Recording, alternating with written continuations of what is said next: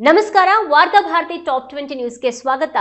ಇವತ್ತಿನ ಪ್ರಮುಖ ಸುದ್ದಿಗಳ ಹೈಲೈಟ್ಸ್ ನಿಮಗಾಗಿ ಇಲ್ಲಿವೆ.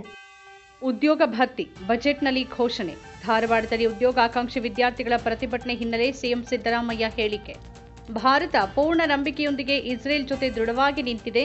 ಗಾಜಾ ಶಾಂತಿ ಉಪಕ್ರಮವನ್ನು ಭಾರತ ಬೆಂಬಲಿಸುತ್ತೆ. ಇಸ್ರೇಲ್ ಸಂಸತ್ತು ಸೆನ್ಸೆಟ್ ಅನ್ನು ಉದ್ದೇಶಿಸಿ ಮಾತಾಡಿದ ಪ್ರಧಾನಿ ನರೇಂದ್ರ ಮೋದಿ. ಇಸ್ರೇಲ್ ಪ್ರವಾಸದಲ್ಲಿರುವ ಪ್ರಧಾನಿ ಮೋದಿ ವಿರುದ್ಧ ಪಿಡಿಪಿ ಮುಖ್ಯಸ್ಥೆ ಮೆಹಬೂಬಾ ಮುಫ್ತಿ ಆಕ್ರೋಶ. ಪ್ರಧಾನಿ ಹೋಗಿ ಒಬ್ಬ ಅಪರಾಧಿಯನ್ನ ಅಪ್ಪಿಕೊಂಡ್ರು ಅಂತ ಆಕ್ರೋಶ ವ್ಯಕ್ತಪಡಿಸಿದ Mehbooba Mufti. India AI impact ಶೃಂಗಸಭೆಯಲ್ಲಿ ಶರ್ಟ್ ಬಿಚ್ಚಿ ಪ್ರತಿಭಟನೆ ನಡೆಸಿದ ಯುವ ಕಾಂಗ್ರೆಸ್ ಕಾರ್ಯಕರ್ತರ ಬಂಧನದ ಹಿನ್ನೆಲೆಯಲ್ಲಿ ಪ್ರಧಾನಿ ನರೇಂದ್ರ ಮೋದಿ ವಿರುದ್ಧ ವಾಗ್ದಾಳಿ ನಡೆಸಿದ ವಿಪಕ್ಷ ನಾಯಕ ರಾಹುಲ್ ಗಾಂಧಿ. ಕೇಂದ್ರ ಸರ್ಕಾರ ಶಾಂತಿಯುತ ಭಿನ್ನಾಭಿಪ್ರಾಯವನ್ನ ದಮನಿಸುತ್ತಿದೆ ಅಂತ ಆರೋಪ.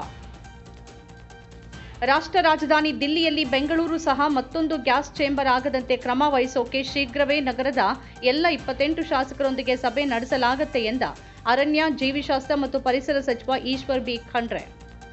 ಫೆಬ್ರವರಿ 27ರಂದು ಬಿಡುಗಡೆಯಾಗಬೇಕಿದ್ದ ದಿ ಕೇರಳ ಸ್ಟೋರಿ 2 ಚಿತ್ರದ ಪ್ರದರ್ಶನಕ್ಕೆ ಕೇರಳ ಹೈಕೋರ್ಟ್ ತಡೆ. ಚಿತ್ರದ ಸೆನ್ಸಾರ್ ಪ್ರಮಾಣ ಪತ್ರವನ್ನು ಪ್ರಶ್ನಿಸಿ ಸಲ್ಲಿಸಲಾದ ಅರ್ಜಿ ವಿಚಾರಣೆ ವೇಳೆ ಆದೇಶ ನೀಡಿದ ನ್ಯಾಯಾಲಯ. 16 ವರ್ಷದೊಳಗಿನ ಮಕ್ಕಳಿಗೆ ಸಾಮಾಜಿಕ ಜಾಲತಾಣ ನಿಯಂತ್ರಣಕ್ಕೆ ಚಿಂತನೆ. ಮೊಬೈಲ್ ಬಿಡಿ, ಪುಸ್ತಕ ಹಿಡೀರಿ ಆಂದೋಲನ ರೂಪಿಸಲಾಗುತ್ತೆ ಎಂದ ಸಚಿವ ಮಧು ಬಂಗಾರಪ್ಪ. ಇನ್ಸ್ಟಾಗ್ರಾಂನಲ್ಲಿ ಪ್ರಧಾನಿ ಮೋದಿಗೆ 100 ಮಿಲಿಯನ್ ಫಾಲೋವರ್ಸ್. ಅತಿ ಹೆಚ್ಚು ಫಾಲೋವರ್ಗಳಿರುವ ರಾಜಕೀಯ ನಾಯಕರಲ್ಲಿ ಅಗ್ರಸ್ಥಾನ. ಜಾರ್ಖಂಡ್ನಲ್ಲಿ ಪತನವಾದ ಏರ್ ಆಂಬ್ಯುಲೆನ್ಸ್ನಲ್ಲಿ ಬ್ಲಾಕ್ ಬಾಕ್ಸ್ ಇರಲಿಲ್ಲ ಅಂತ ತಿಳಿಸಿದ ನಾಗರಿಕ ವಿಮಾನಯಾನ ಮಹಾನಿರ್ದೇಶನಾಲಯ. ಮಂಗಳೂರು ನಗರದ ಬಾಬುಗುಡ್ಡ ಎಂಬಲ್ಲಿ ರೈಲ್ವೆ ಹಳಿ ಮೇಲೆ ಕುಳಿತಿದ್ದ ಅಪ್ರಾಪ್ತ ವಯಸ್ಸಿನ ವಿದ್ಯಾರ್ಥಿನಿಯ ವಿಡಿಯೋ ಮಾಡಿ ವಿದ್ಯಾರ್ಥಿಗೆ ಹಲ್ಲೆಗೈದು ಅನೈತಿಕ ಪೊಲೀಸ್ಗಿರಿ ನಡೆಸಿದ ಆರೋಪ. ತಂದೆ ಮತ್ತು ಮಗನನ್ನ ಬಂಧಿಸಿದ ಪಾಂಡೇಶ್ವರ ಠಾಣಾ ಪೊಲೀಸರು.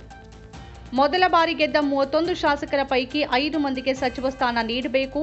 ಈ ಸಂಬಂಧ ಹೈಕಮಾಂಡ್ಗೆ ಪತ್ರ ಬರೆದಿದ್ದೇವೆ ಎಂದ ಕಾಂಗ್ರೆಸ್ ಶಾಸಕ ಪ್ರದೀಪ್ ಈಶ್ವರ್.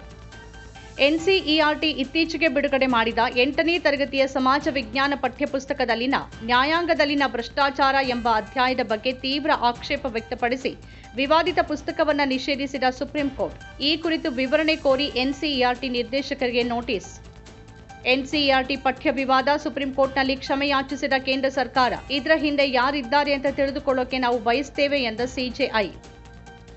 ಉತ್ತರ ಪ್ರದೇಶ ನ್ಯಾಯಾಲಯದಿಂದಲೇ ಅತ್ಯಾಚಾರ ಪ್ರಕರಣಗಳಿಗೆ ಸಂಬಂಧಿಸಿದ ಕಡತ ನಾಪತ್ತೆ ತನಿಖೆಗೆ ಸುಪ್ರೀಂ ಕೋರ್ಟ್ ಆದೇಶ. ಶಿವಮೊಗ್ಗದಲ್ಲಿ ವಿದ್ಯಾರ್ಥಿ ಸಂಕೇತ್ ಹತ್ಯೆ ಖಂಡಿಸಿ ಬೀದಿಗಿಳಿದ ಸೂಳೆಬೈಲು ಗ್ರಾಮಸ್ಥರು. ಗ್ರಾಮದಲ್ಲಿ ಮಾದಕ ವಸ್ತು ಹಾವಳಿ ನಿಯಂತ್ರಿಸಲು ಒಕ್ಕೋರಲ ಆಗ್ರಹ.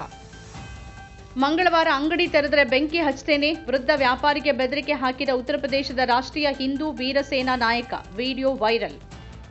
ಇರಾನ್ನ ಚಾಬಹಾರ್ ಬಂದರು ಯೋಜನೆಗೆ ಈ ವರ್ಷ ಯಾವುದೇ ನಿಧಿಯನ್ನ ಮೀಸಲಿಡದೇ ಇರುವ ಭಾರತ ಸರ್ಕಾರದ ನಿರ್ಧಾರ ನಿರಾಸೆ ಉಂಟು ಮಾಡಿದೆ ಎಂದ ಇರಾನ್ನ ವಿದೇಶಾಂಗ ಸಚಿವ ಅಬ್ಬಾಸ್ ಅರಾಕ್ಚಿ.